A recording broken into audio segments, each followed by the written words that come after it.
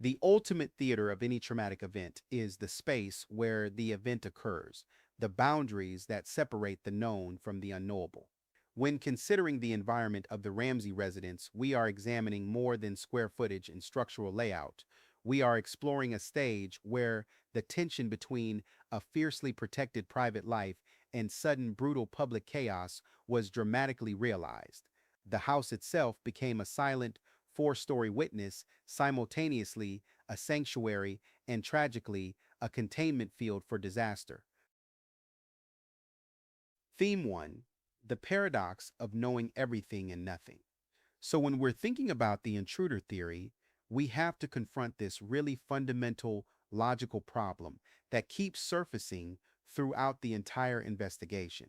The Ramseys present themselves as having been watched, targeted, studied by someone who knew their routines, their home layout, their vulnerabilities, yet they can't narrow down who that someone might be. From a deductive reasoning standpoint, if you're being watched closely enough for someone to know which staircase you use 95% of the time, there should be some corresponding awareness on your end. There should be a face that felt wrong at a Christmas party, a maintenance worker who lingered too long, a neighbor whose interests seemed unusual. But what we get instead is this sweeping, vague sense of threat with no specificity whatsoever. The logic breaks down when someone claims to understand the methodology of their stalker while simultaneously having zero concrete information about identity, motive, or opportunity. Philosophically, this paradox touches on something deeper about the nature of truth and how we construct narratives to shield ourselves from unbearable realities. Human beings have an extraordinary capacity for self-protection, and one of the ways we protect ourselves is by creating stories that allow us to live with what would otherwise destroy us. If you genuinely believe an unknown intruder took your child's life, you can exist in a state of righteous victimhood. You can be angry at the police, at the media, at a broken system. But the moment you start offering expert level theories about what the police are doing wrong, you've crossed the line from victim to analyst. You're no longer purely in a state of not knowing. You're operating from a position of knowledge, which then demands the question, where did that knowledge come from? What is the source of your certainty about investigative failure if you have no certainty about what actually happened? Psychologically, this pattern suggests something we see often in cases where family members are involved, what we might call defensive omniscience. It's a psychological stance where you position yourself as knowing enough to critique and control the narrative, but not enough to be implicated by that knowledge. It's a delicate balance, and it requires constant mental energy to maintain. The person responsible for something terrible often feels compelled to stay close to the investigation, to monitor it, to subtly guide it away from dangerous territory. But they also have to appear cooperative, concerned, victimized. So they offer theories, they express frustration, they point fingers at investigative missteps, all while never actually providing the one thing that would break the case open, the truth. This isn't conscious necessarily. Denial is a powerful psychological mechanism. You can simultaneously know something and not allow yourself to fully know it. You can compartmentalize to such a degree that you believe your own alternative narrative. Physiologically, we have to consider how trauma and stress affect memory, perception, and decision making. If the Ramseys were genuinely uninvolved, the shock of finding their daughter gone would have triggered a massive stress response, cortisol flooding the system, adrenaline narrowing focus to survival mode, cognitive function actually impaired by the sheer magnitude of the event. In that state, you wouldn't be formulating complex theories about investigative methodology. You'd be barely functional. You'd be answering questions in a fog, struggling to remember basic details, relying entirely on authorities to guide you through the nightmare. But what we see instead is a relatively rapid shift into strategic thinking, lawyers contacted before interviews are even requested, narratives carefully controlled, public statements crafted with precision. That suggests a different physiological state. Not the collapse that comes with genuine shock, but the heightened alertness that comes with acute danger that you understand and are trying to manage. From a forensic criminology perspective, The behavior pattern here is significant. Innocent family members in child cases typically exhibit what we call cooperative desperation. They will answer the same questions 100 times, submit to any test, volunteer information, even when it makes them look bad, because the only thing that matters is finding out what happened. They don't have the emotional bandwidth to worry about self protection because they have nothing to protect themselves from. But when you see immediate legal barriers go up, when you see concern about perception and reputation, when you see active resistance to the investigative process, you have to ask what is being protected.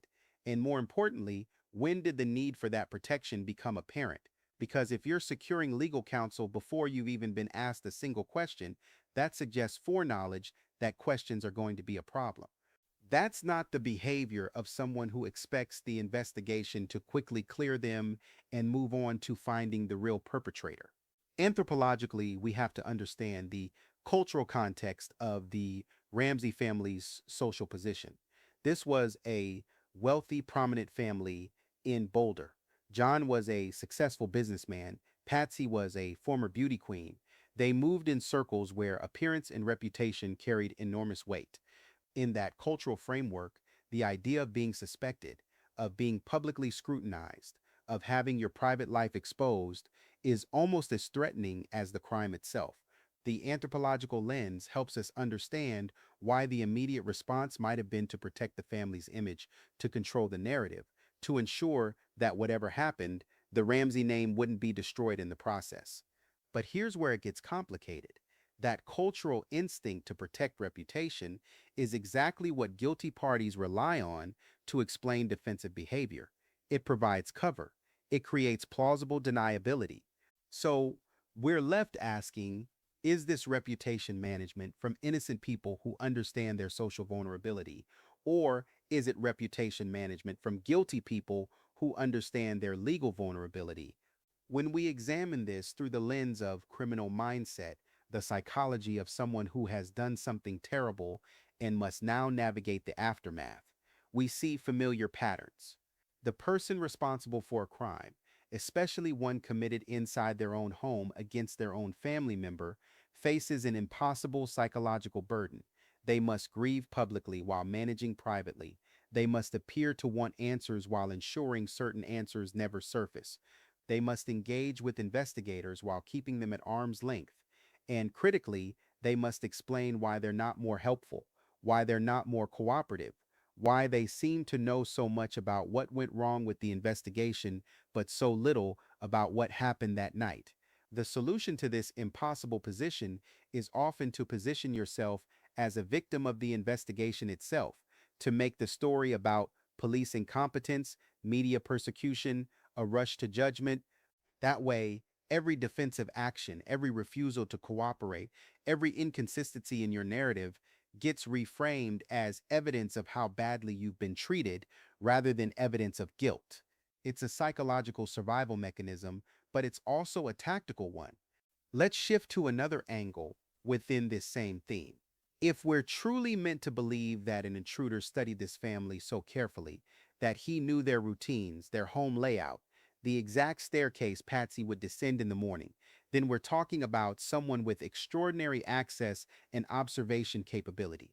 Logically, that level of surveillance leaves traces. It requires time, proximity, repeated exposure. Someone watching a house that closely would likely have been noticed by neighbors, caught on someone else's security camera, remembered by service workers or delivery people.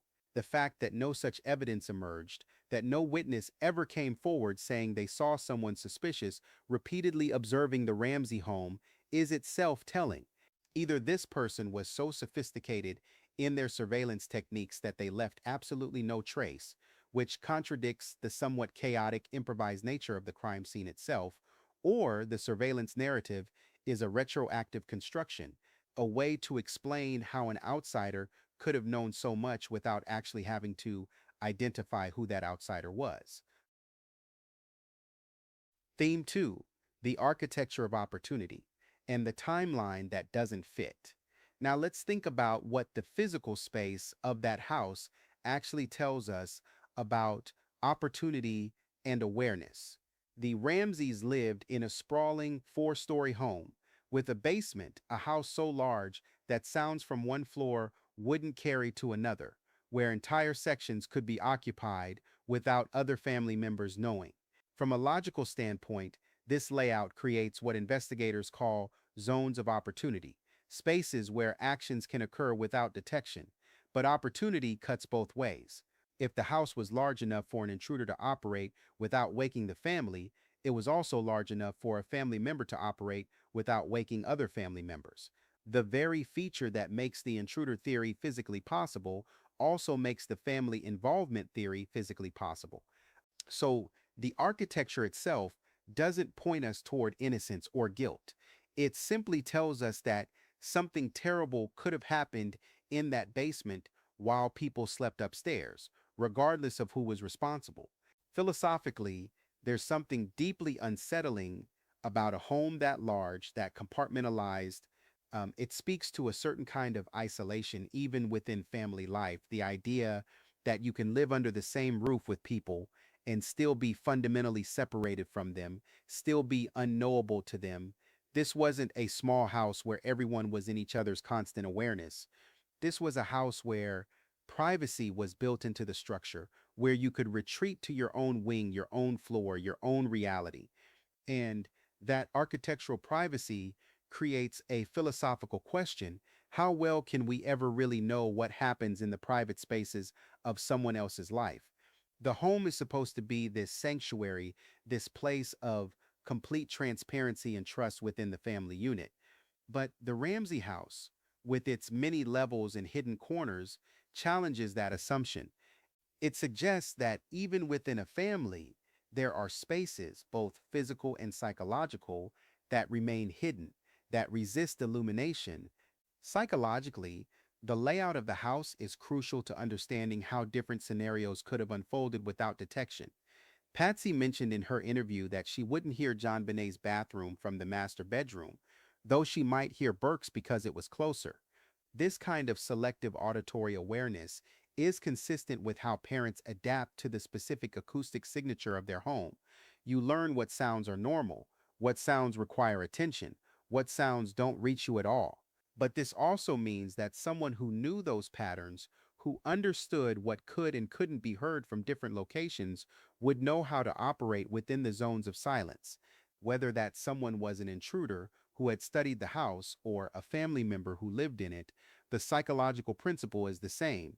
You navigate around the awareness of others by understanding the limits of their perception. And in a house that large, those limits were significant. From a physiological perspective, we need to consider how sleep, exhaustion, and the body's natural rhythms affect awareness. It was late December, after Christmas Day, a day that would have been busy, tiring, full of activity and visitors and preparations for the early morning trip.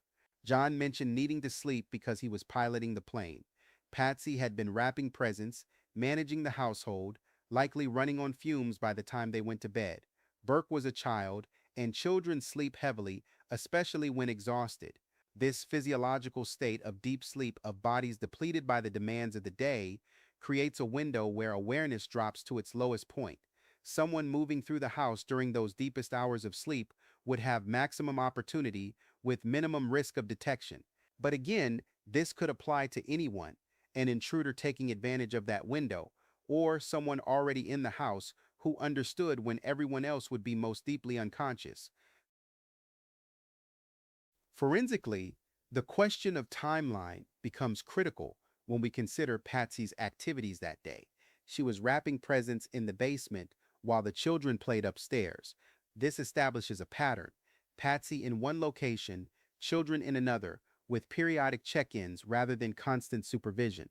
If we extend that pattern into the evening, if Patsy was still up finishing packing, still wrapping last-minute items, still managing the 100 details of getting a family ready for an early departure, then we have a scenario where the children might have still been awake, might have still been playing, might have still been unsupervised in ways that would have seemed completely normal within the context of their family routines. JonBenet could have gone downstairs for any number of reasons without it seeming unusual or concerning. The timeline the Ramseys presented, everyone in bed, everyone asleep, everything settled for the night, may be accurate, or it may be a simplification that masks a more complex reality of who was actually awake and active during those critical hours. Anthropologically, we have to understand how families in that socioeconomic bracket manage their domestic space. This wasn't a family where everyone gathered in a single living area every evening. They had the space to spread out, to pursue individual activities, to occupy the house in ways that didn't require constant collective presence. Children in wealthy households often have more physical independence within the home. They're not being monitored minute by minute because the assumption is that the home itself is safe, that nothing bad can happen within its walls. This cultural approach to child supervision within affluent families creates what we might call supervised independence. Children are technically under parental authority, but practically given significant freedom to move through the home, to choose their activities, to self direct in ways that children in smaller, more modest homes might not. And that cultural pattern of supervised independence creates opportunities that wouldn't exist in a different domestic arrangement. The criminal mindset element here is fascinating because it requires us to think about how someone planning something terrible would use the house's geography to their advantage. If you're the person responsible, you understand intimately where everyone else is, what they can and cannot perceive, when they're likely to be most unaware. You don't have to guess about acoustic blind spots or optimal timing. You know it from lived experience. You know that if you're in the basement and everyone else is upstairs, you have essential privacy. You know that certain sounds won't carry, certain actions won't be noticed. You know how to move through the space without creating alarm. And perhaps most critically, you know how to construct a timeline after the fact that obscures what really happened, that creates the impression of everyone asleep and unaware when the reality might have been much more complicated. The person responsible doesn't have to overcome the challenges of the house's layout. They simply have to exploit features they already understand completely. There's one more layer to this that we need to consider. John Ramsey was the pilot, which meant he genuinely needed rest before the early flight. But Patsy and the children, they were passengers on a 5 hour flight where they could sleep the entire way if they wanted. From a practical standpoint, there was no urgent need for them to be in bed at a specific time. They weren't operating machinery or making critical decisions the next morning, they just needed to be ready to leave. This detail matters because it challenges the notion that everyone must have been deeply asleep by a certain hour. If Patsy was still up at 11, at midnight, still finishing tasks, that wouldn't have been unusual or irresponsible. And if she was up and the children heard her moving around, they might have felt permission to still be awake themselves, to get a snack, to play quietly, to not be rigidly locked into their bedrooms for the night. This more relaxed timeline, this acknowledgement that not everyone actually needed to sleep yet, opens up possibilities that the official narrative forecloses. It suggests that something could have happened later in the evening than we've been told, during hours when people were still active, still moving through the house, still interacting in ways that became impossible to fully account for once everything went so terribly wrong. Theme 3, the fortress mentality and what it reveals. Let's turn now to what happened after, how the Ramseys responded in the immediate aftermath, and what that response tells us about consciousness, guilt, and self preservation. The family's immediate pivot to a defensive legal posture before any accusations were made is, from a logical standpoint, extraordinary. Attorney Mike Bynum arrived and established that no interviews would be given before the police had even asked for interviews. Think about the sequence here. The crime scene is still being processed. Investigators are still trying to understand what happened, and already the walls are going up. If we apply basic deductive reasoning, this suggests that someone anticipated the direction the investigation would take and moved preemptively to control it. But how do you anticipate that the investigation will focus on you unless you have reason to believe it should? Philosophically, this brings us to questions about the nature of rights versus the appearance of innocence. In American jurisprudence, exercising your right to counsel, your right to remain silent, your right to control your participation in an investigation. These are fundamental protections that exist precisely because innocent people need protection from overzealous prosecution. So theoretically, asserting these rights tells us nothing about guilt or innocence. But there's a difference between the technical right to do something and the human psychology of when and how you exercise that right. An innocent person generally doesn't think they need protection from an investigation into something they didn't do. They think the investigation will exonerate them, will quickly move past them toward the real perpetrator. The impulse to immediately lawyer up, to shut down communication, to treat investigators as adversaries, that's an impulse born of fear. And we have to ask, fear of what? If you didn't do anything wrong, what are you afraid the investigation will find? Psychologically, the fortress mentality reveals a particular kind of defensive posture that's more consistent with guilt than innocence. When someone has done something terrible, their primary psychological need is to create distance between themselves and discovery.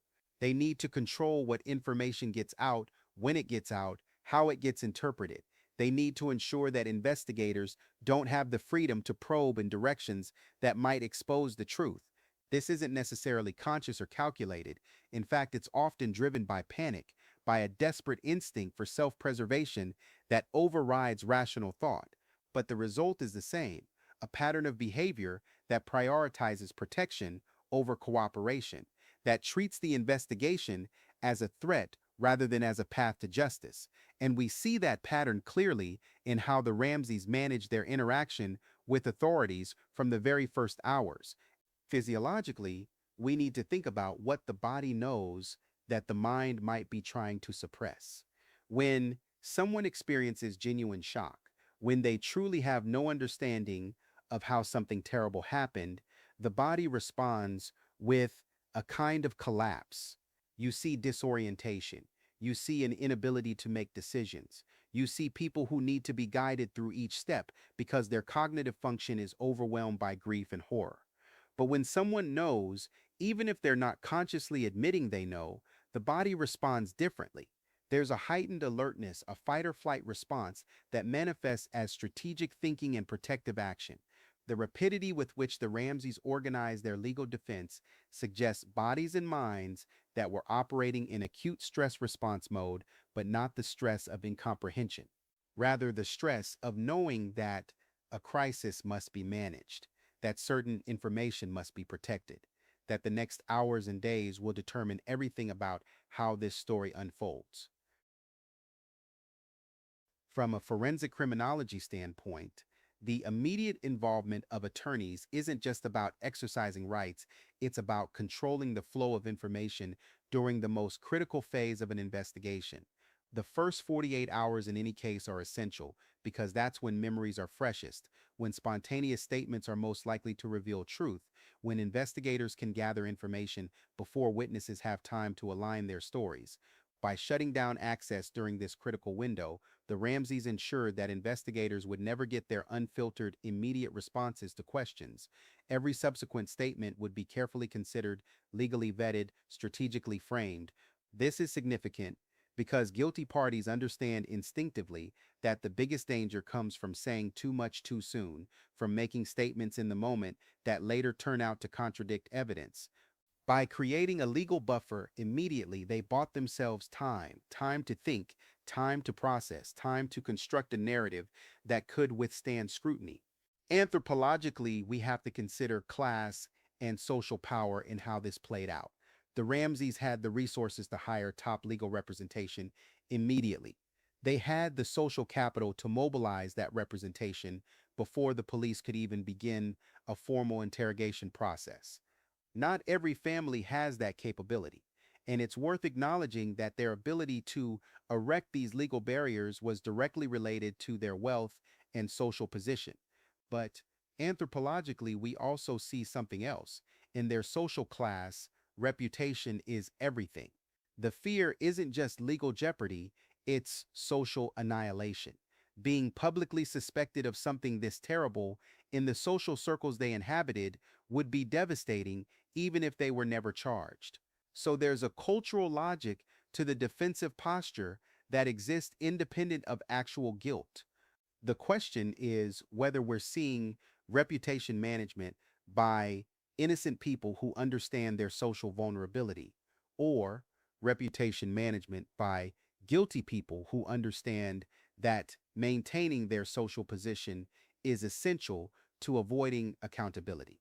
When we think about the criminal mindset at work here, we're looking at someone who understands that the investigation is the enemy, that cooperation is dangerous, that every interaction with authorities is a potential trap. The person responsible for what happened knows that they have information that, if revealed, would destroy them. They know there are things they can't let investigators discover, not just physical evidence, but inconsistencies in timeline, contradictions in their account, holes in their story that would become obvious under sustained questioning. So they do what any cornered animal does. They refuse to be cornered. They use every legal tool available to maintain distance, to control the terms of engagement, to ensure that they're never in a position where they might accidentally reveal too much. And they construct a counter narrative where their defensiveness is evidence of being persecuted rather than evidence of having something to hide. It's psychologically brilliant. In a terrible way, it turns the natural suspicion that arises from non-cooperation into proof of police bias, into validation of their victim status, into justification for even more defensiveness. It's a self-reinforcing cycle that makes investigation nearly impossible. Here's the thing that really strikes me about the timeline of legal involvement. Mike Bynum was called while police were still conducting their initial investigation of the crime scene. He arrived and began limiting access to the family before the police had completed even their most basic preliminary work. This wasn't a response to aggressive interrogation or inappropriate police conduct. It was preemptive. And that's what we have to sit with.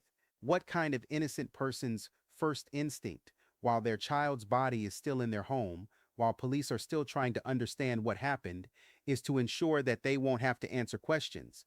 Most parents in that situation are bombarding police with questions of their own, desperate for any information, willing to do anything that might help. The fact that the Ramsey family's first priority was legal protection rather than investigative cooperation tells us something important. Maybe it tells us they're sophisticated people who understand how easily innocent people can be railroaded. Or maybe it tells us something much darker, that they knew from the very beginning that this investigation was going to be about them, and they needed to prepare for that reality before it fully materialized. And that's where we have to pause. We've explored how the architecture of this house created both opportunities and uncertainties, how the timeline raises questions that simple answers can't resolve, and how the immediate defensive posture of the family reveals a psychology that demands deeper examination.